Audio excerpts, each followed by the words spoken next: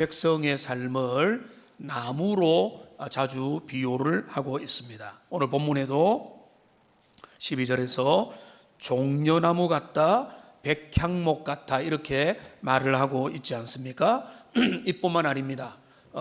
우리가 성경을 머릿속에서 한번 쭉 스크린을 해보면 창세기에 보면은 야곱이 요셉을 축복하면서 요셉의 나무는 담장을 가지가 넘을 것이다 라고 이렇게 이야기를 했죠. 그 다음에 시편 1편에서 뭡니까? 시냇가에 심기운 나무가 시절을 쫓아 열매를 맺는다, 그리고 메마르지 않는다 라고 이야기를 하고 있습니다. 그리고 예레미야 17장에도 보면 물가의 강변에 뿌리를 내린 나무가 더위에도 잘 이겨낸다 이렇게 말을 하고 있고요.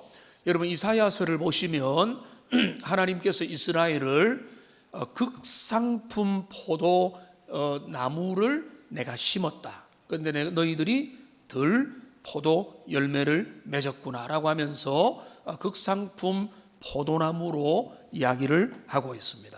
요한복음 15장에서 예수님은 나는 포도나무고 너희는 그 나무에 붙어있는 가지다 라고 말씀을 하고 있습니다.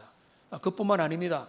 대표적으로 말씀을 드렸는데 이사야 61장 3절에 보면은요, 주님께서 자기 백성을 불러서 그들을 어디로 이끌어 가시는가 하면은 뒷부분에 보니까 그들이 의의 나무 곧 여호와께서 심으신 그 영광을 나타낼 자라 일컬음을 받게 하려 하시면, 여기도 보면은 의의 나무, 의의 빛을 받은 의롭게 자라는 나무가 될 것이다 라고 말씀을 하고 있는 것입니다.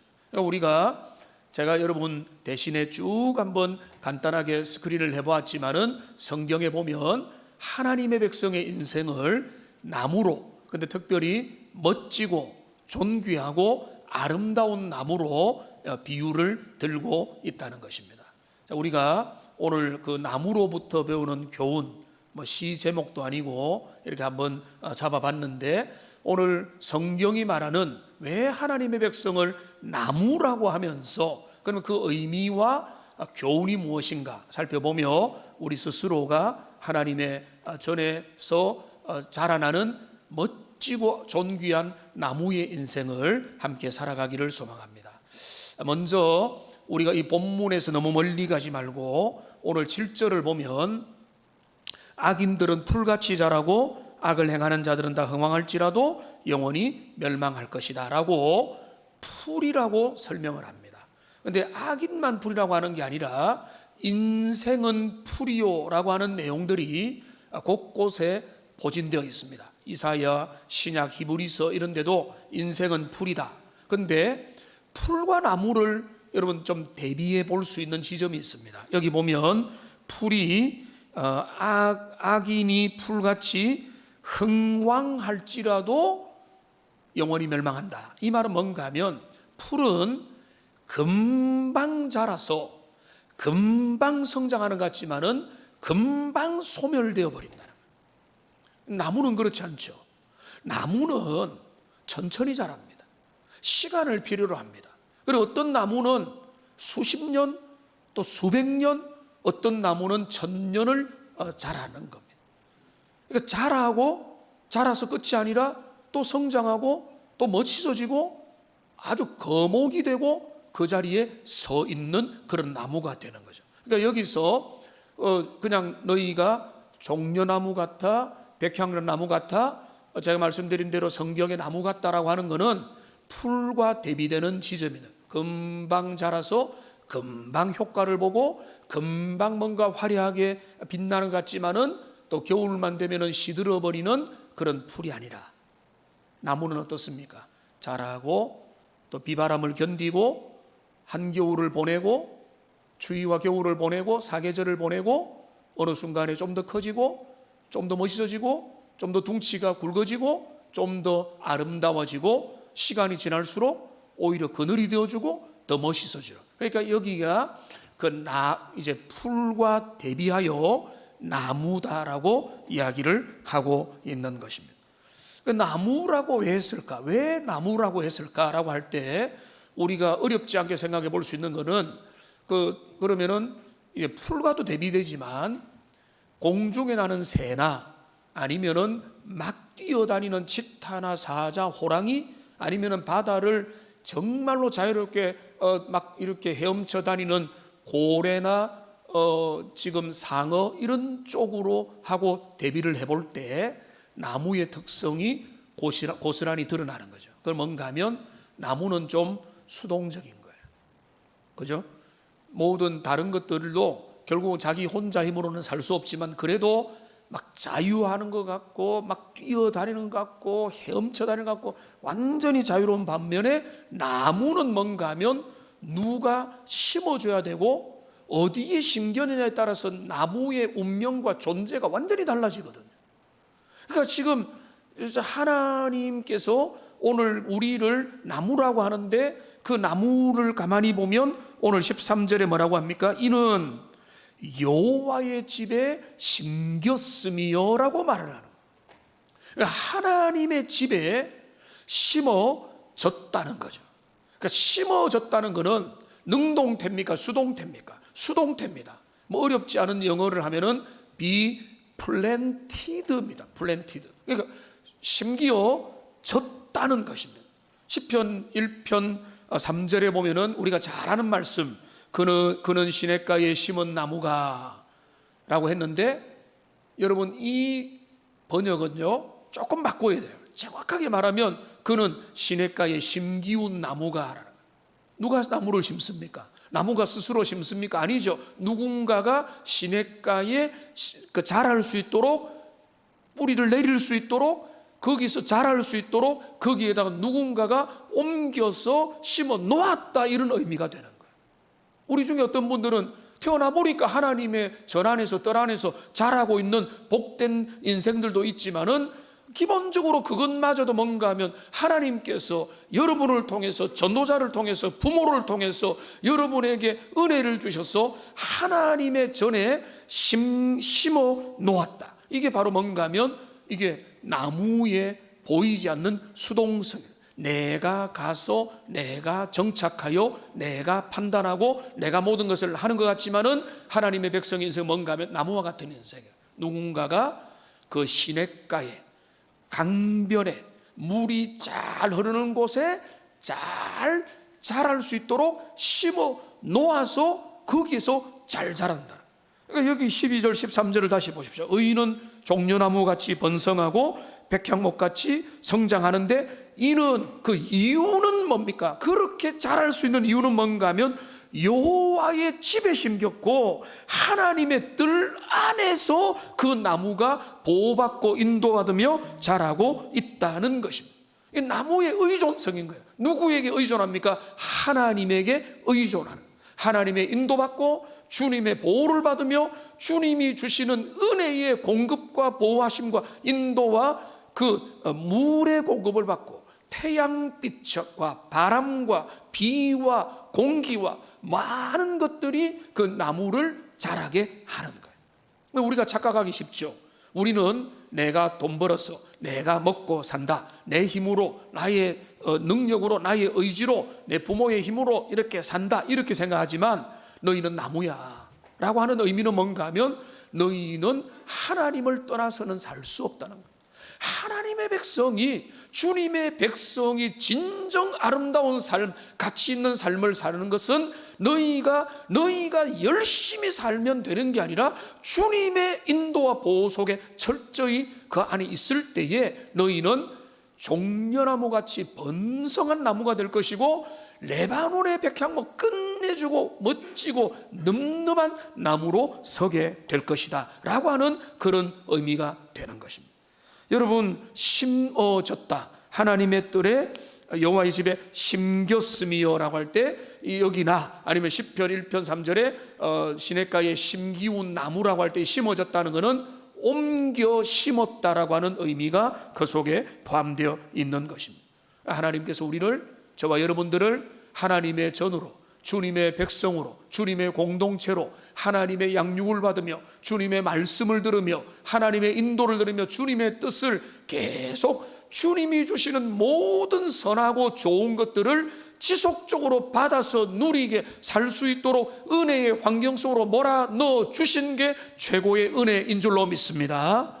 이것을 은혜로 여기는 것이 은혜의 사람의 특징인 거예요. 우리가 교회 안에 있다 보면은 예배를 드리다 1년에 50번 이상, 1년에 수백 번 예배를 드리다 보면 예배의 감격이 사라지고 우리가 얼마나 좋은 환경 속에 있는가를, 하나님의 복락 속에 있는가를 잊어버리게 되는 거예요.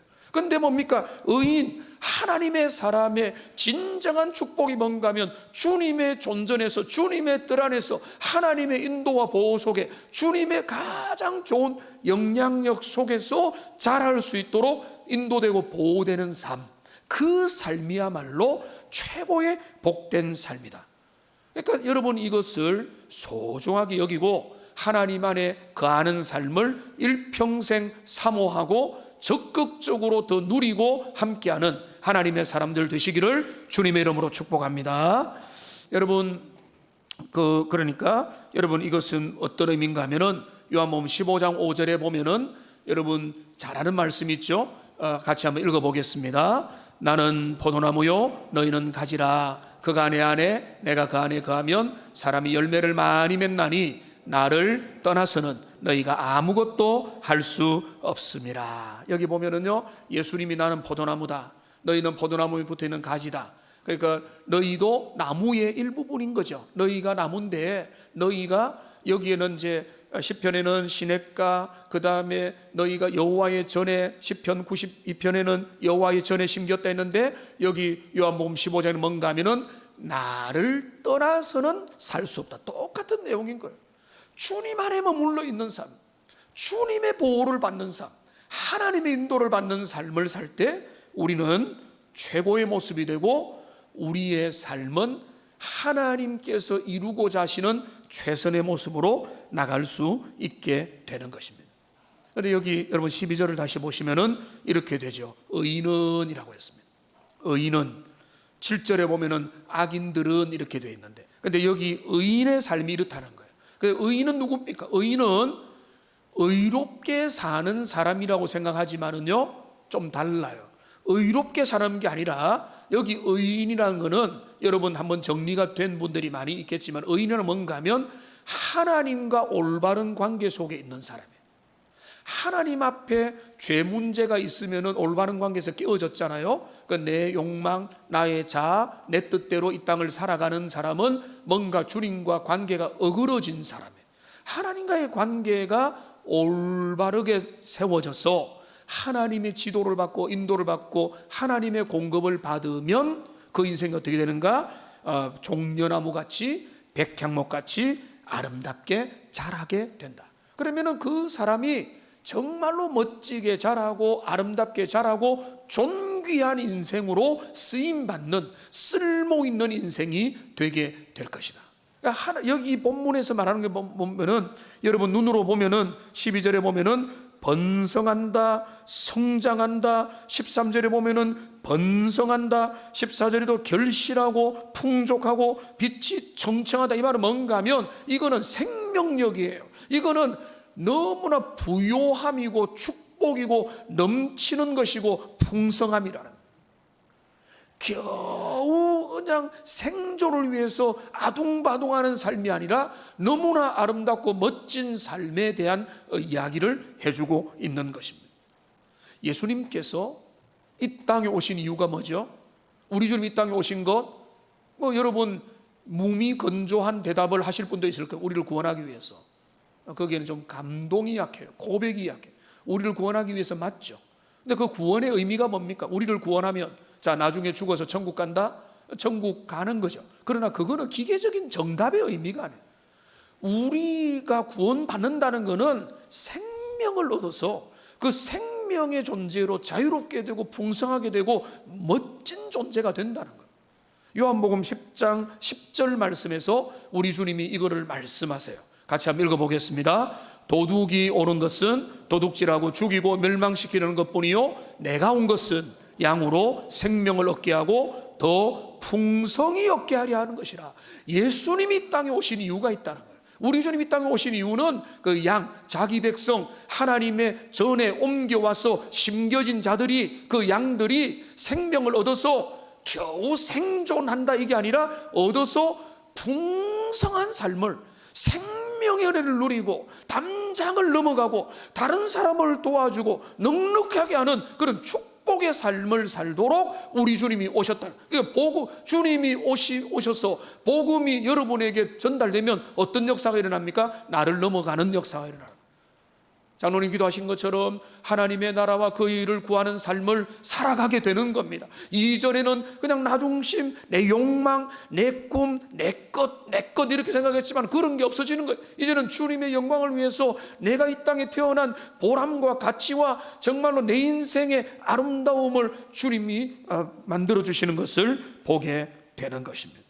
저는 저와 여러분의 인생이 다들 그렇게 되기를 주님의 이름으로 축복합니다. 하나님이 우리를 복음으로 우리를 이끌어 가시는 것은 너 고생해라, 너 종로로 되라, 너 손해볼 거야, 너 희생할 거야, 이런 거를 요구하는 게 아니라 너 인생을 복되게 만들어 줄 거야. 너가 이전에 몰랐던 삶을 살 거야.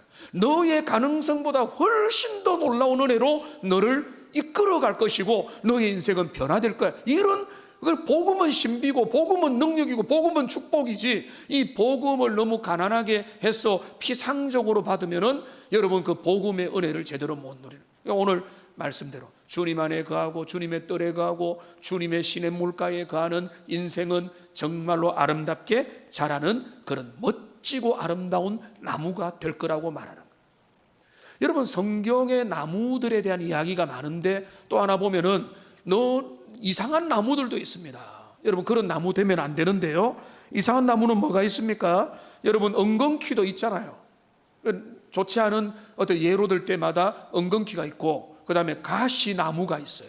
가시가 나서 결국은 결실치 못하고 다른 그 공동체를 위협하는 가시나무가 있는 거예요. 그 다음에 열매 맺지 못하는 포도나무도 있는 것이고, 열매 맺지 못하는 잎만 무성한 무화과나무도 있는 것이고, 그래서 나무라고 해서 다 좋은 게 아닌데, 오늘 성경이 말하는 복된 하나님의 사람, 의의 사람, 믿음의 사람, 성도를 어떤 나무에 비교하는가 하면은 여기 오늘 본문만 보면은 진짜 좋은 나무 2개를 여기에 선택을 하는 거예요. 그 뭡니까? 종려나무 같이 된다, 백향목 같이 된다.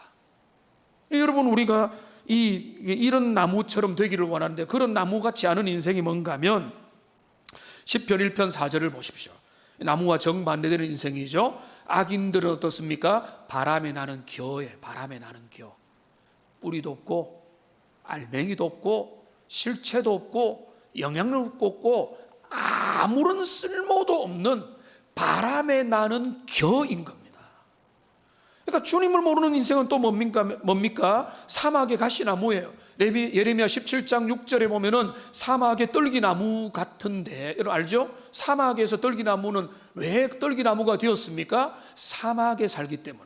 그 토양, 그리고 그 정말로 황폐함, 거기서 겨우 생존만을 위해서 살다 보니까 거기에는 바싹 말라가지고 그 좋은 일을 보지 못하고 광야 건조한 곳에 건건한 땅에 사람 살지 않는 땅에서 피폐한 인생을 살다 보니까 풍성한 은혜를 누릴 수 없는 떨기나무 같은, 사막의 떨기나무, 가시나무, 완전히 뼈만항상한 그런 나무와 같은 인생을 살게 된다는. 누가요? 하나님 떠난 인생, 주님에게서 멀어져 있는 인생, 하나님의 축복과 영양분을 공급을 받지 못하는. 여러분, 나무가 물의 공급을 못 받고 태양과 공기와 바람과 또 농부와 그 주인의 돌보심을 제대로 받지 못하면 이 나무가 제대로 자랄 수 있습니까? 못 자라죠. 그 나무는 제대로 자랄 수가 없는 거예요. 그런데 하나님의 집에 심기어서 주님의 인도와 보호를 받는 이 종려나무와 백향목은 어떻게 되는가 하면은 멋지고 존귀하고 아름다운 나무로 자라게 된다는. 여러분, 중동에서 제일 좋은 나무 2개를 뽑아라면 답이 뭘까요? 종려나무, 백향목이에요. 자, 종려나무 사진을 한번 봅시다. 이게 종려나무입니다. 멋있죠? 이 종려나무 팜트리 뭐 이렇게 이야기도 하는데, 사진 한 장 더 보여주면 이게 종려나무, 이스라엘이나 성경 지리답사를 가면은 근동에 이런 나무들이 오아시스 근처에 많이 이렇게 있습니다. 근데 이 종려나무를 보면은 간단하게 말하면은 키가 20m, 30m 자라요. 풍성한 열매를 맺어서 이스라엘의 번영을 상징하는 겁니다. 그래서 근데 풀은 찬바람이 불고 서리가 내리면 말라버리지만은 종려나무는요 내부성이 강합니다. 겨울에 그 추위를 견딥니다. 찬바람을 견디고 생명을 유지합니다. 뜨거운 사막에 자결하는 태양, 그 중동의 태양이 얼마나 그 내리쬐도 그 태양빛도 견디고 추위도 견디고 밤도 견디고 겨울도 견디고 모든 시간들을 견디면서 쭉쭉 자라나서 열매를 맺는 나무 종려나무예요. 이 종려나무는 잘 자라고 또 많이 번성한다, 이런 의미가 있는 겁니다. 백향목은 어떻습니까? 레바논의 백향목, 이 사진을 보면은 더 멋있어요. 백향목 멋있죠? 멋있는 사진을 고르기는 했지만 멋있는 백향목이 맞습니다. 이 백향목은요 소나무하고 비슷하게 보이지만 훨씬 더 곱게 뻗어서 옆에 이제 가지가 벗겨. 백향목 하나 더 보여주시면 이 보십시오. 얼마나 멋있게 그 둥치가 멋있게 해가지고 쭉 자라나는, 그러니까 이 백향목은 어느 정도 자라는가 하면은 30m 이상으로 자라고요. 또 유명한 게 뭔가 하면 이 백향목은 수령이 1000년이 넘어가게 살 수도 있어요. 그러니까 엄청 수백 년을 살고 1000년을 살면서, 그러니까 지금 이 백향목, 레바논의 백향목 하면 제일 유명한 게 뭡니까? 구약의 예루살렘의 성전을 지을 때 레바논에서 배로 백향목을 싣고 왔잖아요. 그러니까 제일 고급 건축 자재, 그러니까 제일 아름다운 목자재가 바로 백향목이 되는 것입니다. 그러니까 이 백향목은요 정말로 잘 견디고 단단하고 추위와 고난과 역경과 비바람과 폭풍의 시간들을 잘 견뎌서 세월이 흘러도 여전히 자신의 자태를 유지하는 것, 바로 레바논의 백향목입니다. 그러니까 지금 오늘 의인이 그렇다는 거예요. 의인이 하나님과 바른 관계 속에서 주님의 전에서 아름답게 자라난 인생은 뭔가 시시한 떨기나무, 사막의 떨기나무, 바람에 나는 겨와 같은 인생이 될 리가 없고, 그렇게 주님의 안에서 아름답게 자라는 인생은 뭔가 하면 레바논의 백향목 같이 아름답게 멋지게 자라게 될 것이고, 종려나무 같이 열매 맺으며 또 겨울을 견디고 고난을 견디고 역경을 견디고 수많은 변화를 견디면서 하나님의 전에 아름다운 나무처럼 될 것이다라고 그렇게 말을 하고 있는 것입니다. 여러분, 그렇기 때문에 여러분 이 상징과 비유를 여러분 마음에 여러분 품어야 되는 거예요. 하나님 앞에 산다는 것은 무엇인가? 우리가 주님 앞에 주일마다 예배드리고 가능하면 또 함께 모여서 말씀을 듣고 하나님 앞에 기도하며 성령의 은혜를 누리며 인생의 크고 작은 고난의 순간마다 여호와를 의지하여 나간다는 의미가 뭐냐? 그게 바로 뭔가 하면 의인의 삶이고, 그 결과는 뭔가 하면 멋지고 존귀한 나무로, 여러분 그거는 그렇게 고난을 견딜 때는 춥다 힘들다지만은 나중에 보면은 커져 있고 멋있어 있고 거목이 되어 있는 겁니다. 그러니까 우리 믿음의 사람들, 우리의 선배들이 그 길을 걸어간 것입니다. 여러분, 인생의 방황은 하나님을 만나야 그치고 주님을 진짜 제대로 만나고 나면은 하나님 안에서 여러분의 최고의 모습으로 발전하게 될 줄로 믿습니다.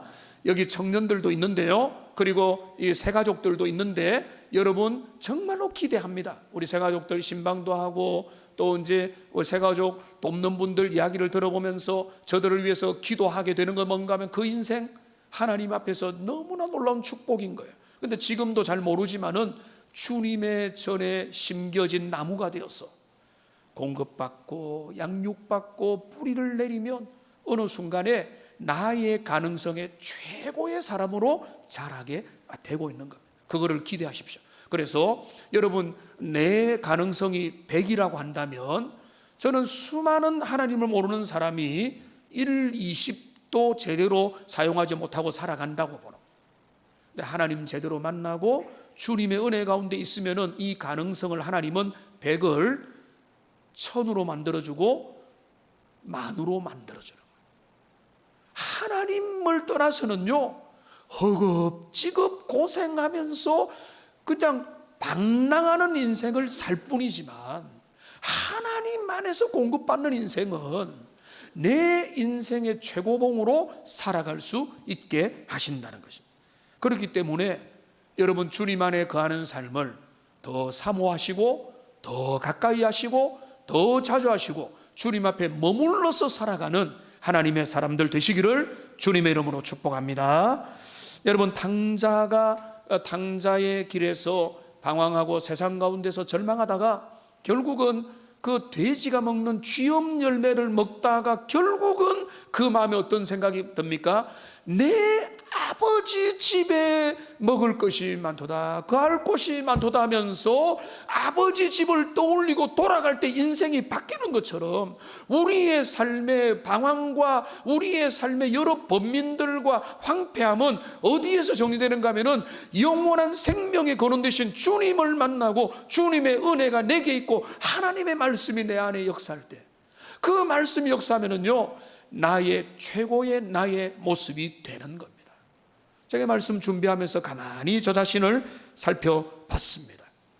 나는 내가 주님을 몰랐다면 어떻게 됐을까? 돈을 조금 더 벌었을까? 조금 더 아니라 돈에서 자유했을까? 아니면은 하고 싶은 거 내 마음대로 했을까? 그리고 나는 어떤 사람이 되었을까 생각하는데요, 제가 주님, 만일이라는 것은 없지만 주님을 만나지 못한 나의 생에는 나의 가능성 지금보다 훨씬 못한 인생을 살았을 것 같아요. 훨씬 못한 인생을 살았다. 저는 이렇게 지금도 고백합니다. 내 인생은 하나님 만나서 복받은 수지맞은 인생이고 하나님이 내 인생을 1000% 10,000%로 이끌어 주셨다. 그게 저의 고백이에요. 여러분의 고백이 되기를 소망합니다. 여러분의 자녀가 그렇게 되기를 원합니다. 그저 시시하게 내 열심으로만 살아가지고 나의 가능성 한 60% 70% 발휘하는 인생이 아니라 하나님 만나고 주님의 손에 붙들려서 내 가능성의 1000% 10,000%를 발휘하며 그 담장을 넘은 요셉과 같은 인생, 정말로 주님 앞에서 늙어도 쓰임받는 그런 인생으로 살아가기 바라고요. 여기 청년들도 좀 있는데, 젊은 분들도 있는데, 젊은 분들 세상에 대한 유혹들도 있잖아요. 하나님을 떠나고 세상의 즐거움을 찾고 세상에서 나의 자유를 누리는 게 정말 좋을 것 같지만 젊을 때부터 억지로가 아니라 아버지 집에 있는 큰 아들 같은 마음이 아니라 이것이 나의 기쁨이고 주님의 전에 있는 게 나의 행복입니다 생각하면서 말씀과 은혜와 예배와 하나님이 주시는 것들을 사모하며 자라면 그 인생의 10년 후 20년 후가 너무나 복되다는 거예요. 처음에는 몰라요. 너 뭐 재미없게 사느냐, 너는 세상을 따라서 사는 게 훨씬 더 자유롭고 얼마나 편한 줄 아느냐 라고 하겠지만은 시간이 지날수록 운명이 달라지는 거예요. 하나님 안에 자라는 사람은 처음에는 별로 확 자란 것 같지 않고 악인들은 뭐 흥황하는 것 같고 잘 되는 것 같지만은 절대 그런 게 아니에요. 하나님의 사람들은요, 시간이 지나면서 점점 저력을 발휘해서 멋지고 존귀하고 아름다운 나무로 자신의 가능성의 극단을 향해서 하나님이 그를 이끌어 주시는 겁니다. 결과가 여기 뭐라고 했습니까? 세 가지 결과가 14절에 나타나 있습니다. 여러분 본문을 보고 같이 한번 읽어보겠습니다. 그는 늙어도 여전히 결실하며 진액이 풍족하고 빛이 청청하니. 여기 세 가지죠. 늙어도 여전히 결실한다, 진액이 풍족하다, 빛이 청청하다. 여러분 어떤 모습이에요? 한마디로 말하면 존귀한 모습이죠. 여러분 이 세상 가운데서 여기도 어르신들 이부에 많으신데 그 주님 안에 가면은요 노년이 복될 줄로 믿습니다. 여러분 세상에 어디 나가보세요. 노년이면 멸시당해요. 무시당해요. 인생 끝이라고 해요. 그래 뒷방 늙은이로 취급받고 스스로 우울해요. 그러나 하나님의 사람은 안 그래요. 역전입니다. 전혀 다릅니다. 하나님의 사람은 시간이 지날수록 오히려 더 견고해져요. 오히려 더 멋있어져요. 오히려 더 인격이 성장하고 주님 안에서 생명력이 계속되고 40이 넘었다, 50이 넘었다, 60이 넘었다, 70이 넘었다가 내 인생의 저주가 아니라 아름답게 나이가 들어가는 거예요.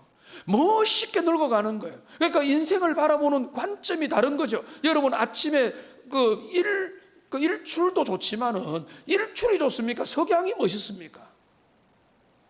빨리 대답해 보십시오. 석양이 멋있잖아요. 석양이 온 주변을 쫙 물들이는 모습을 보면은 얼마나 아름답습니까? 근데 우리는 노년이 되면은 이제 끝났다, 젊은이가 부럽다, 내 인생 돌려도 이렇게 나가지 마시고 주님 안에 거하는 인생은요, 젊을 때는 젊은 묘목과 같은 푸름이 있지만은 시간이 지날수록 더 멋있어지는 거예요.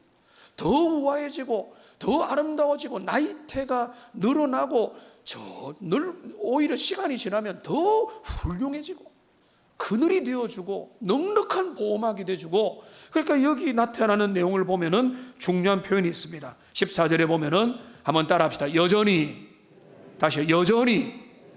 여러분 여전이라는 거는 계속해서 그렇게 이어져 간다는 것입니다. 여러분 이거를 우리는 나무를 통해서 배우게 되는 것입니다. 여러분 나무를 생각하면 그걸 금방 알 수 있어요. 좀 오래된 일이지만은 저희 아버님 그 산소를 다듬으면서 어머니가 깊고 큰 생각이 있어서 자녀들과 함께 나무를 심자 이렇게 했어요. 어머니가 어디서 들으셨는지 아니면은 기도하면서 깨달은지 나무를 심자 해서 유실수 몇 가지를 하면서 그 나무를 주변에 심었습니다. 그 나무가 어떻습니까? 처음에 묘목을 심을 때 그 묘목은 작고 가늘고 볼품이 없죠. 근데 그게 뭡니까? 제일 위험한 게 뭡니까? 뿌리를 내릴까? 생존할 수 있을까? 한 해를 견딜까? 근데 나무는요, 나무가 조금만 관리하고 보호만 해주면은 뿌리만 내리면요, 그 다음에는 거의 큰 위험만 없어요. 누가 뽑아가지만 않으면 위험만 없으면은 그 다음부터는 자라나는 거예요. 자라나면서 결국은 이제 뿌리가 쭉 내리고 이제는 조금 더 이렇게 굵어지고 가지가 내면 몇 년 후에는 열매도 따는 거예요. 근데 하나님이 우리 인생을 너희는 풀이 아니야, 너희는 잠시 반짝하는 아이돌 스타 같은 인생이 아니라 하나님 앞에 거하는 인생은 종려나무 같고 백향목 같은 인생이라고 주님이 우리의 삶을 그렇게 말씀합니다. 제일 중요한 건 여호와의 집에 심어져요. 하나님 안에 자라는 그런 인생이라는. 제가 시 한 편을 소개하고 말씀을 정리하겠습니다. 제가 1전부터 들어서 야 좋다라고 했던 시인데요, 이 시가 오늘 설교에 어울려서 소개하겠습니다. 나무학교라고 하는 시입니다. 문정희 시인의 이 시인데요, 이 시가 내용을 한번 음미해 보세요. 나이에 관한 한 나무에게 배우기로 했다. 해마다 어김없이 늙어가는 나이, 너무 쉬운 더하기는 그만두고 나무처럼 속에다 새기기로 했다. 늘 푸른 나무 사이를 걷다가 문득 가지 않아가 어깨를 건드릴 때, 가을이 슬쩍 노란 손을 얹어 놓을 때, 사랑한다는 그의 목소리가 심장에 꽂힐 때, 오래된 사원 뒷뜰에서 웃어요 하며 숲을 배경으로 순간을 새기고 있을 때, 나무는 나이를 겉으로 내세가지 않고도 어른이며 아직 어려도 그대로 푸르는 희망, 나이에 관한 한 나무에게 배우기로 했다. 그냥 속에다 새기기로 했다. 무엇보다 내년에 더욱 울창해지기로 했다. 문정희 시인의 나무학교인데요, 마지막 문장 보세요. 나이에 관한 한 나무에게 배우기로 했다. 그냥 속에 새기기로 했다. 내년에는 더 울창해지기로 했다. 그분이 기독교인인지 모르겠지만 성경의 이 본문과 똑같은 거예요. 하나님의 집에 심기운 나무로 하나님 앞에서 우리가 서 있는 겁니다. 이것이 얼마나 복된지를 기억하시고 주님의 전 안에서 여러분의 가능성의 끝까지 자라고 하나님의 공급하심과 인도하심과 섭리를 따라서 잘 자라시고요.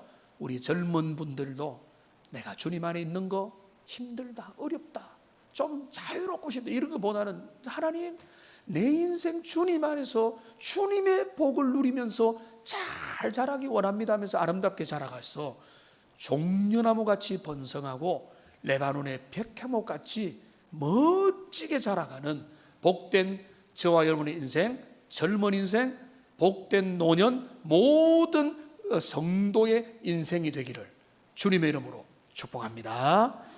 우리 기도하겠습니다. 살아계신 하나님, 오늘 우리는 나무를 통한 교훈, 하나님께서 나무를 통해서 우리가 알려주시고자 하는 바들을 함께 상고해 보았습니다. 주님의 존전 안에 머무는 삶이 얼마나 복되고 아름다운지 하나님이 그를 인도하시고 그를 지켜주셨어. 그는 여전히 나이가 들어도 결실하며 진액이 풍족하며 빛이 청청한 삶을 산다고 말씀하셨습니다. 하나님, 너희가 나를 떠나서는 아무것도 할 수 없다고 말씀하신 주님, 우리는 주님 없어도 우리 힘과 능력으로 이 땅에서 생존하고 잘 먹고 잘 살 수 있다고 생각하지 않게 하시고 하나님의 전 안에서 자라나는, 주님의 화원에서 자라나는 아름다운 꽃과 같은 인생으로 하나님 이끌어 주시고 우리의 젊은이들, 우리의 자녀들, 우리의 다음 세대가 하나님 안에서 동량으로 자랄 수 있도록, 그래 저희들이 레바논의 백향목 같은 자가 되게 하시고 이스라엘의 종려나무 같은 하나님의 존귀한 자녀들 다 되게 하여 주시옵소서. 예수님의 이름으로 기도합니다. 아멘.